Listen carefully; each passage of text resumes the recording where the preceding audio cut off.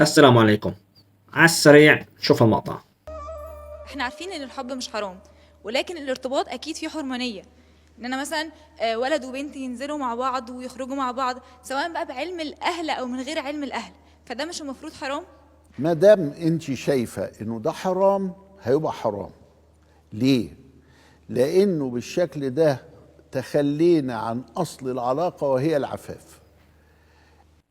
طبعا هذا الشخص أنا بعتبره من جهتي أنكر المعلوم من الدين. ليه؟ لأني عنا قول الله عز وجل: ولا متخذات أخدان. شو معنات أخدان؟ يعني أصدقاء أو أخلاء.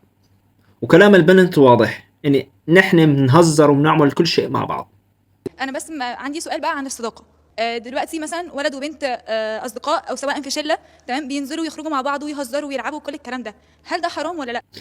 إذا كان هو عالم فهو أنكر هذه الآية وأخفاها عن الناس.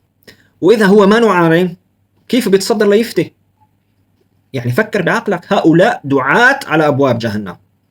والسؤال المفصلي: هل لو أنا حبيت أعمل علاقة مع بنت يعني جمعة بيقبل بنفس الطريقة اللي قالتها البنت؟ بيقبل؟ طبعا أنا بتوقع يقبل، ما عنده مشكلة.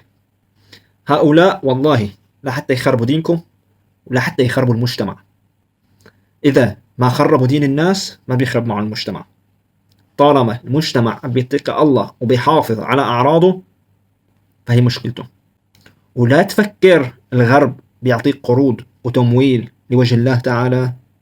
في ناس وظيفته مقابل هذا المال تشتغل لتخريب دينك، لأن هذا اللي بيهمون. فعندك رمضان شياطينك مصفدين، ضل شياطين الإنس عرفون كويس حتى ما تتبعون بعد رمضان. والسلام عليكم.